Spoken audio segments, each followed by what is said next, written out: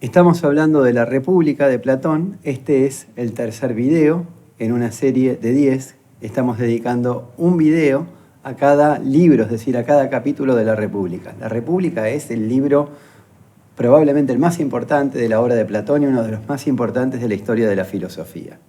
¿Qué había pasado en los capítulos anteriores? Para recapitular brevemente, el libro 1 empieza con este viaje que están haciendo Sócrates y unos amigos desde el Pireo, desde el puerto a Atenas, y en este viaje ellos se encuentran con otros amigos, con Polemarco principalmente, que lo lleva a la casa de su padre, Céfalo, y ahí comienza una discusión acerca de qué es la justicia, donde se analizan algunas definiciones, como por ejemplo que la justicia es hacerle bien a los amigos y mal a los enemigos, que Sócrates va criticando dialécticamente, las va debilitando, las va atacando y son descartadas.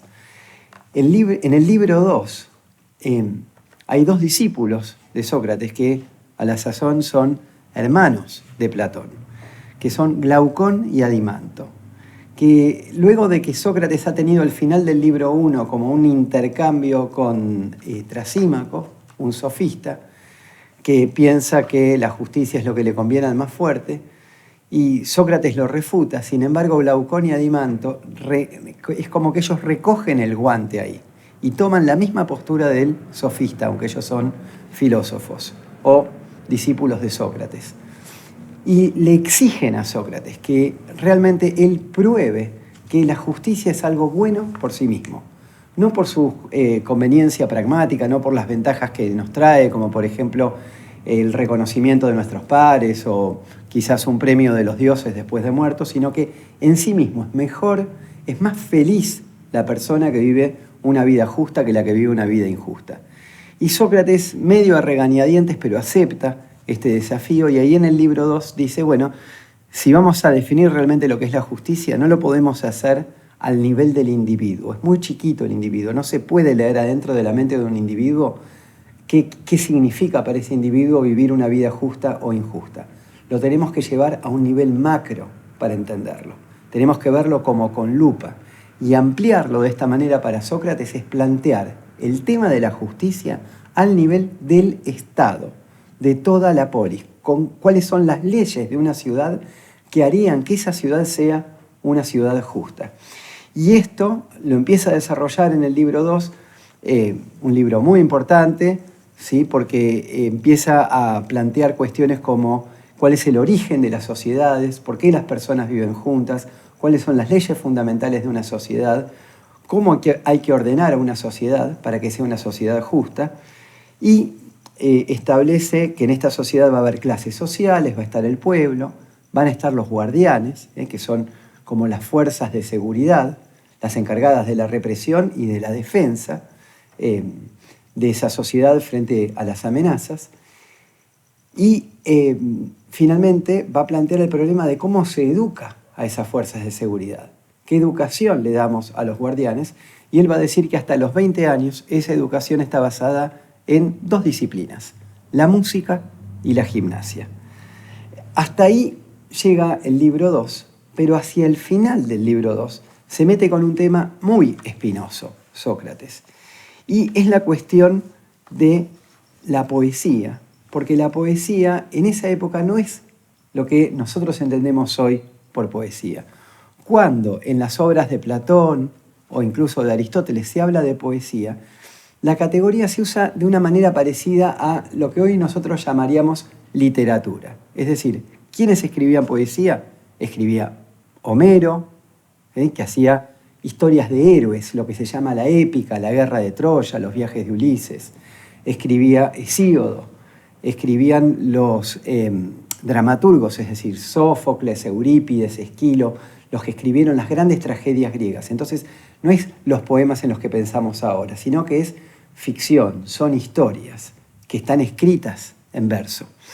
Y de paso, la palabra poesía está relacionada con una palabra griega, sobre todo con un verbo que es poiein, que es crear. Es decir, los poetas son los creadores de estas ficciones que para Platón imitan a la realidad. La imitación, el término ahí griego es muy importante también para la filosofía griega, es la mímesis, la imitación de la realidad. Eso es lo que hacen los poetas.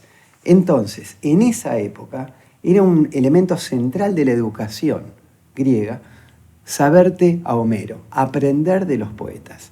Y este es el principio que Platón empieza a cuestionar ahora en el libro 3.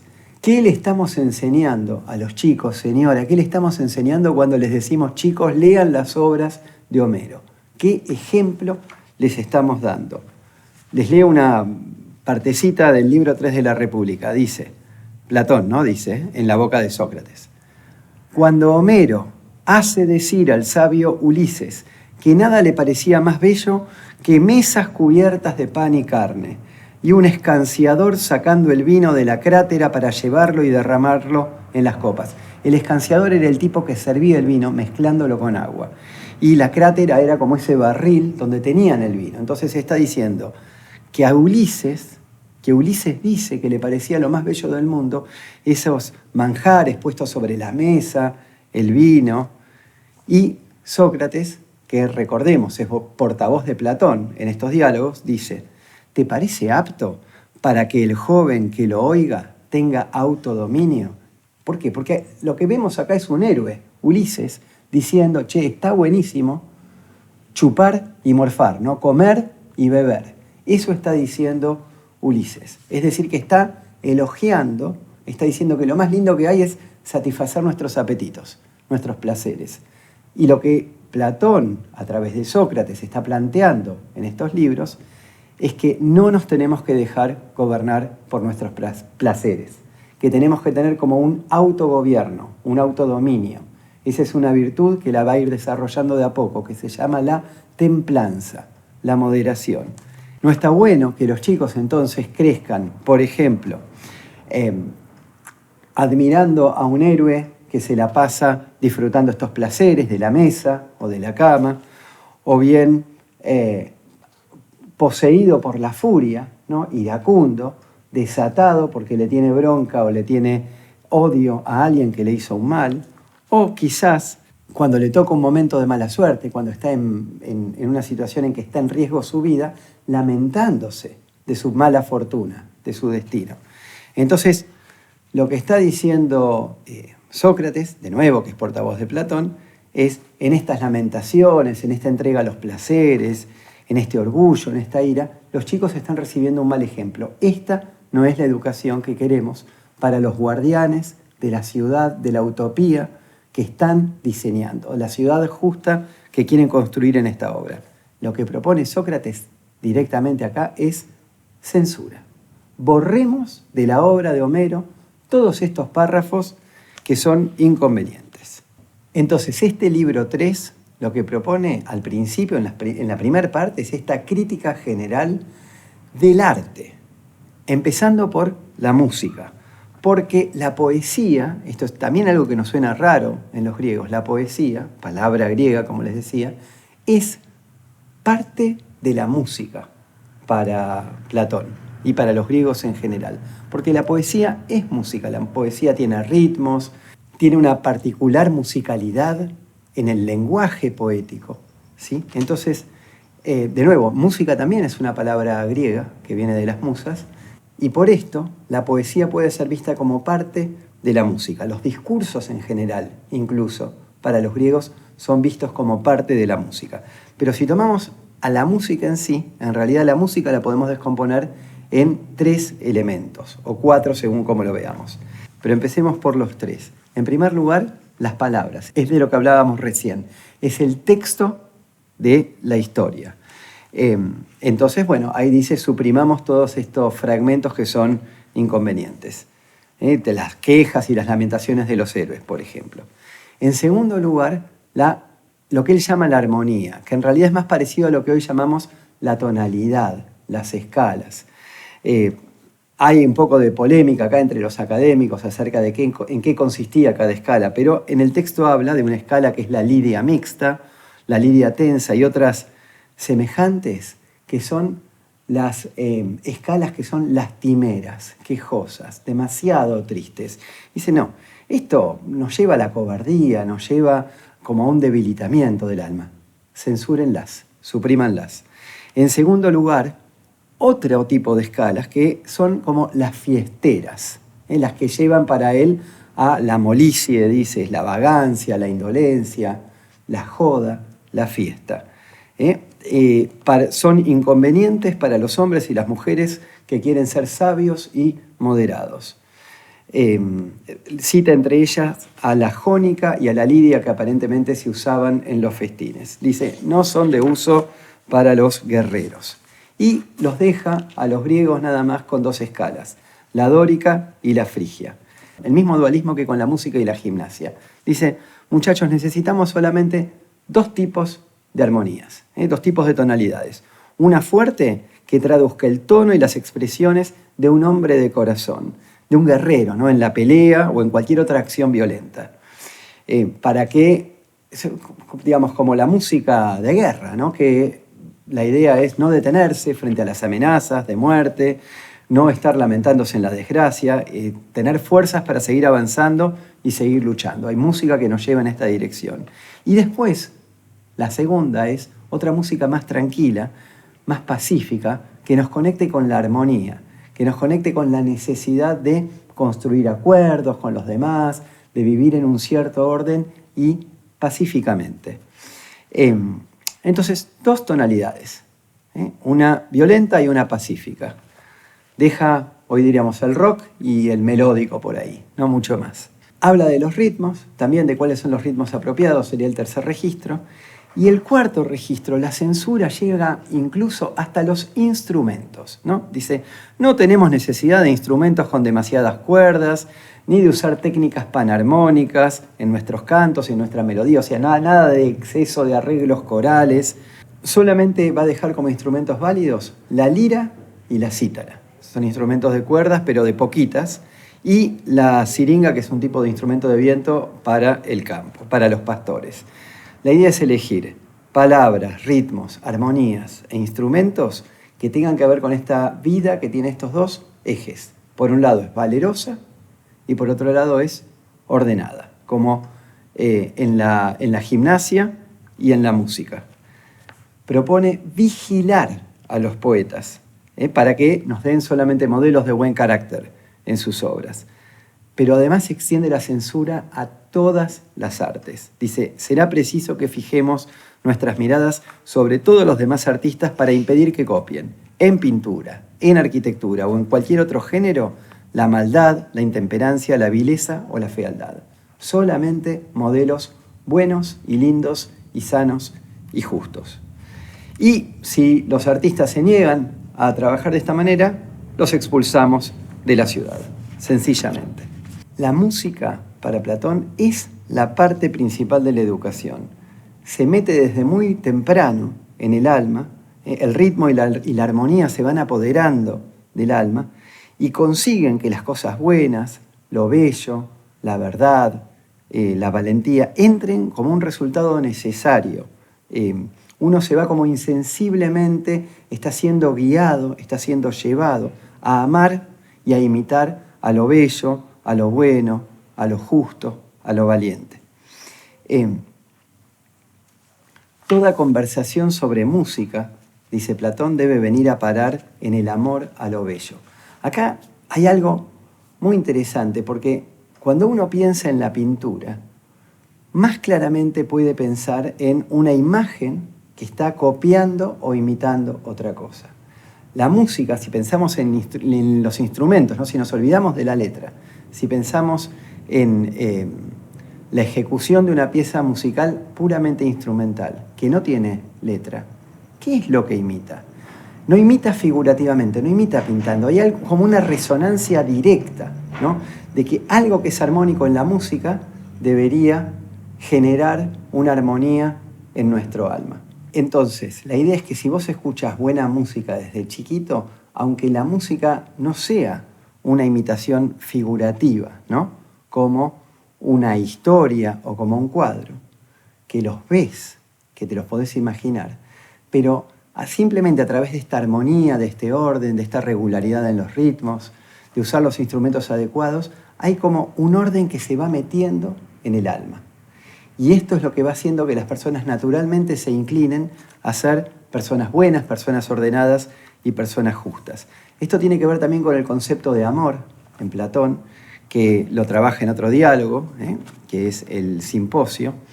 Y Platón no está en contra del amor, no está en contra de Eros, pero sí está en contra de una versión del amor, que es el amor pasional, el amor arrebatado, el amor sensual, el amor que nos posee. Entonces, a ese amor él le va a proponer un tipo contrario de amor, que lo llama el amor recto, el amor correcto, que no permite caer ni en la locura ni en la incontinencia, no permite desatarnos o entregarnos. El placer sensual nunca se puede mezclar con este amor recto y no puede intervenir entre quienes se aman.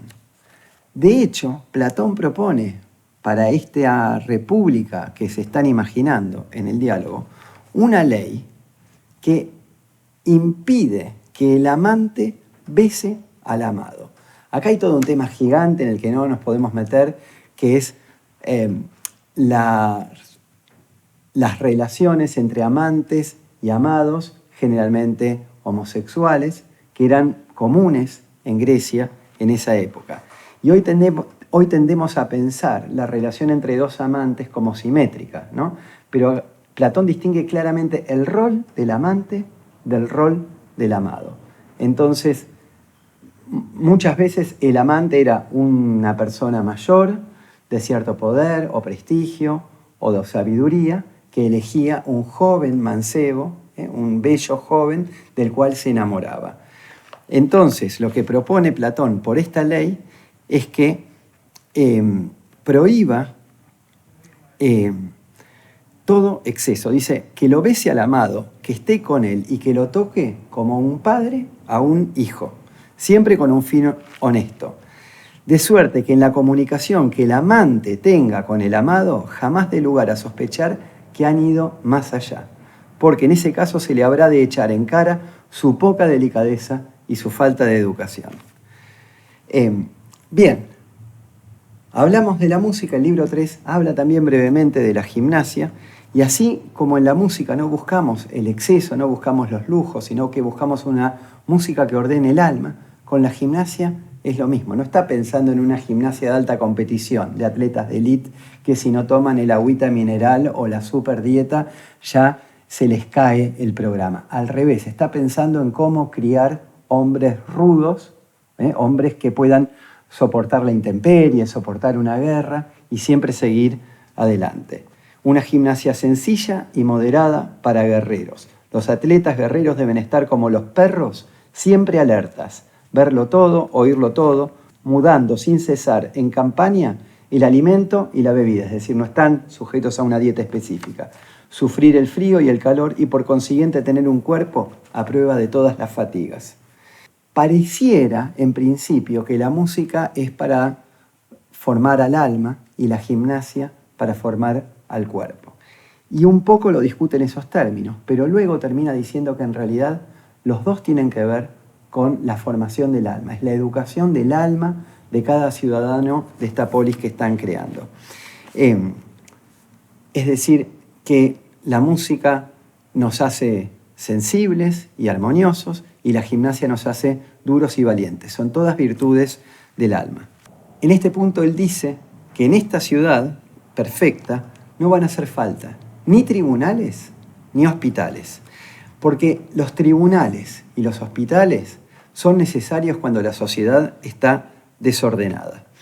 Es decir, si tenemos una vida licenciosa del alma, vamos a terminar haciéndonos pleitos, haciéndonos juicios, buscando abogados, acusándonos. Pero si la sociedad está bien ordenada, los conflictos van a estar al mínimo. Lo mismo pasa con el cuerpo. Lo que él piensa es que, y esto lo dice Rousseau todavía 2000 años después, ¿cuándo buscamos médicos? Cuando nosotros mismos nos desordenamos en nuestra vida.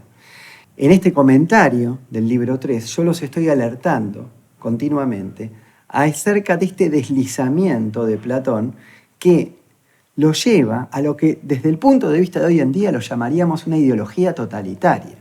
Es muy complicado, es genial como lo piensa, pero hablamos antes de la censura de los poetas, de la expulsión de los poetas que no estén de acuerdo con el régimen que propone Platón. En su sistema filosófico, él está anteponiendo la armonía del todo, el bien común, el interés de la ciudad, por sobre los intereses de los particulares. Las personas individuales no valen nada acá. Está todo en función del bien común. Este es un gran problema de la ciencia política y aunque Platón quizás no lo resolvió de la mejor manera para nuestros estándares, es muy interesante que lo haya planteado así. El conflicto entre lo que yo quiero ser, lo que a mí me gustaría ser, mis intereses, mis pasiones y lo que la ciudad, el bien común, necesitan de mí. ¿Por qué digo esto? Porque acá viene una parte complicadísima. Básicamente, Platón va a proponer que cuando alguien nace con algún defecto de nacimiento, debe ser asesinado, debe ser condenado a muerte. Lo leo. En cuanto a aquellos cuyo cuerpo está mal constituido, se los dejará morir. Y se castigará con la muerte a aquellos a cuya alma es naturalmente mala e incorregible. Es decir, pone en paralelo a los dos, a los que tienen alguna, entre comillas, deformidad de nacimiento y a los que no respetan las normas de la ciudad. Algunos están mal en su cuerpo, están contrahechos en su cuerpo, otros están contrahechos o deformes en su alma. Y ambos, para Platón, deben ser expulsados de la ciudad o simplemente se los debe condenar a muerte. Es un elemento terrible que tiene también que ver con la admiración que tenía Platón por Esparta, la gran enemiga de Atenas que le había ganado la guerra del Peloponeso a Atenas pocos años antes. Pero bueno, esto es lo que propone, es complicado. De todos modos, su idea es de una sociedad bastante homogénea, sin mucha diversidad entre los particulares. Es decir, que si a los chicos los educamos con estos principios de la música y de la gimnasia, naturalmente en ellos van a salir virtudes como la moderación, la templanza y, como decíamos antes, no van a necesitar ni jueces ni médicos. Vuelve entonces a la música y a la gimnasia, dice que la música dulcifica la bravura, lo mismo que el fuego ablanda el hierro, afloja la rigidez que hace que un guerrero sea una persona ruda de difícil trato, difícil para vivir en sociedad. Pero si les damos demasiada música y poca gimnasia a los jóvenes, es como darles demasiado de este fuego y dice que el valor se va derritiendo de a poco y se van cortando los nervios del alma. Y entonces el guerrero se transforma en un guerrero pusilánime. En algún momento dice también afeminado. Entonces, tenemos a estos guerreros que estamos educando, con esta poesía que ya censuramos, con el delicado equilibrio entre música y gimnasia. Y ahora, el gran problema, si estos guerreros van a tener el poder en la ciudad, es cómo hacemos que estos guardianes estén identificados con el bien común, que no busquen su propio beneficio, sino que solamente les preocupe el bien público. Uno se consagra solamente a aquello que ama y amamos a las cosas que tienen los mismos intereses que nosotros. Es decir, si los otros ciudadanos tienen los mismos intereses que nosotros y estamos todos entregados al mismo fin, por ejemplo, la defensa de la patria, ahí, entonces, identificados con los demás, vamos a apostar por el bien común y no por nuestro propio beneficio. Es decir, hay que lograr una sociedad donde yo sienta que el beneficio de otra persona es también mi beneficio. Y que si a la otra persona le va mal, a mí también me va mal. Una sociedad donde seamos todos amigos, donde estemos todos identificados. Por un lado es muy importante elegir quiénes van a ser estos guardianes, quiénes van a ser estos servidores públicos. Hay que ir viéndolos a lo largo de toda su educación, porque hay tramos, ¿no? Hay un momento que uno está viendo cómo hacen música y gimnasia y ve quiénes son los más hábiles y también los que tienen mejor carácter y no se entregan a ningún exceso y no se mandan ninguna macana, ningún error. Y luego les enseña a partir de los 20 años, esto lo veremos en otro capítulo, les empieza a enseñar otras disciplinas y luego trabajan también en el Estado y ve su desempeño también como guerreros y va viendo filtros Y a lo largo de todos estos filtros vamos eligiendo quiénes son los más aptos para llegar a ser guardianes y funcionarios magistrados de esta república.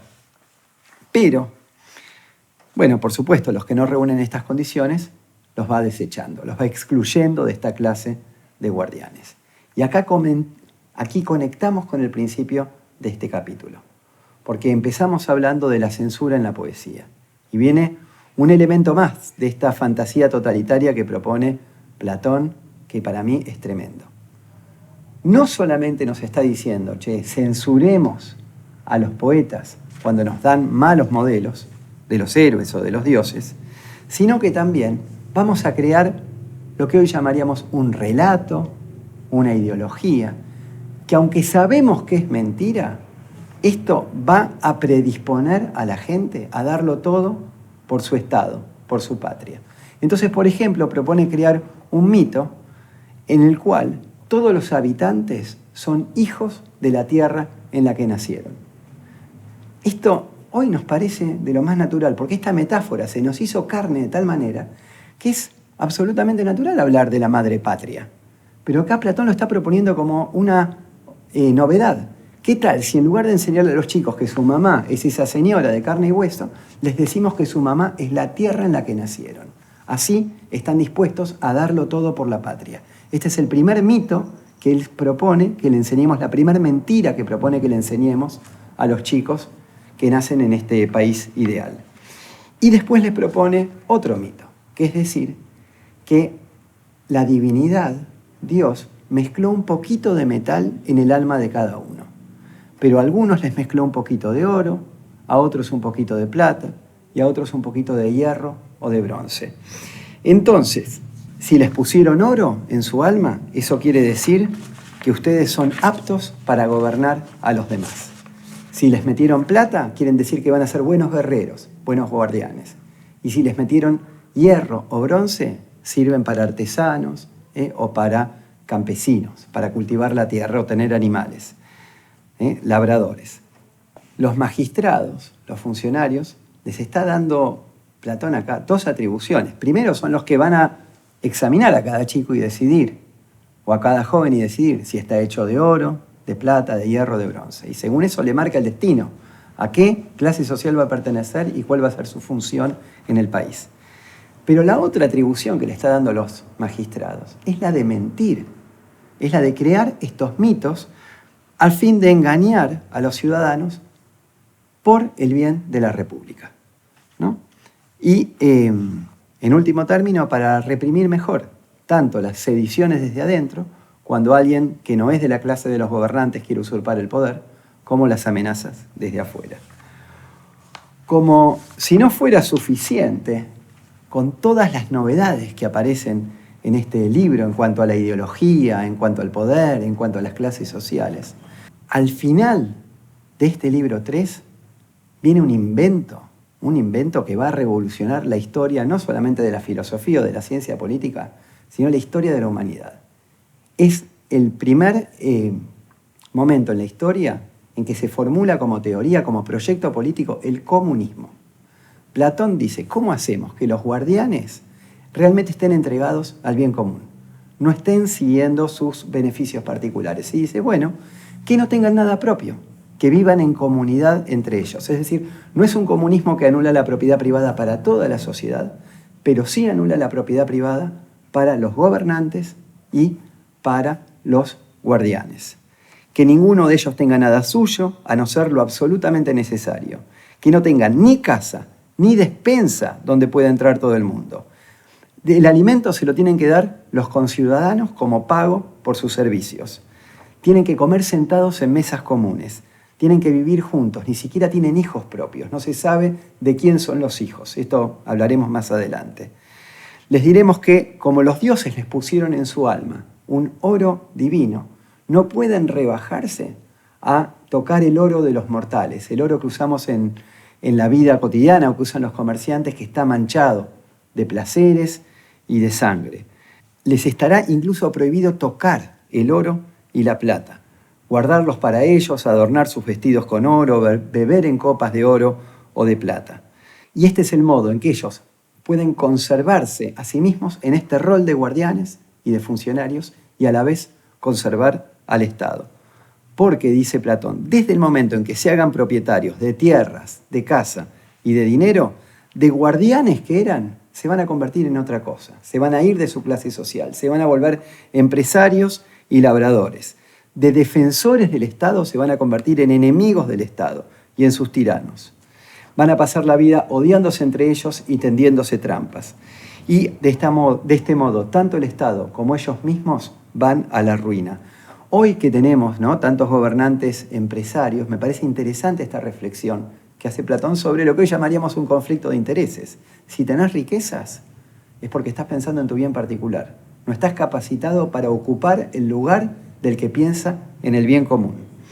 No habría cosa más peligrosa ni más vergonzosa para los pastores, es una metáfora, ¿no?, los pastores como metáfora de los guardianes, que pastores que alimenten, para guardar a sus rebaños, a unos perros que sean hambrientos, fogosos, intemperantes, furiosos, que tengan como un desorden en sus apetitos, porque esto va a hacer que los perros, en lugar de cuidar a los rebaños, se coman a las ovejitas. Eso es lo mismo que pasa, dice Platón, si ponemos a gobernar a los militares, a los guardianes, o a los oligarcas, a los ricos. Pero esto es muy interesante, en esta invención final del comunismo que él hace. ¿Por qué inventa el comunismo ahí? Porque lo que quiere es precisamente poner como una barrera frente a las deformaciones del Estado. Cuando para él está gobernando alguien que está interesado en sus propias riquezas, o como sería el caso de un rico o de un comerciante, o alguien que por su carácter es más de un estilo militar y está pensando en su honor, en su prestigio, estamos llevando el Estado a un punto de vista particular. Estamos perdiendo el centro, y el punto de vista de Platón, en lo que más énfasis hace en toda la República, es que se conserve ese centro fijo, que la República se pueda proteger y perpetuar y conservar a sí misma. Y para eso tenemos que apostar al bien común. Y por eso dice que gobiernen personas que no poseen nada y que están totalmente identificadas con el Estado. Y este pensamiento, este conflicto entre lo universal y lo particular, y el modo en que Platón lo resuelve, eligiendo al universal por sobre el particular, a mí me parece muy interesante. La seguimos en el libro 4.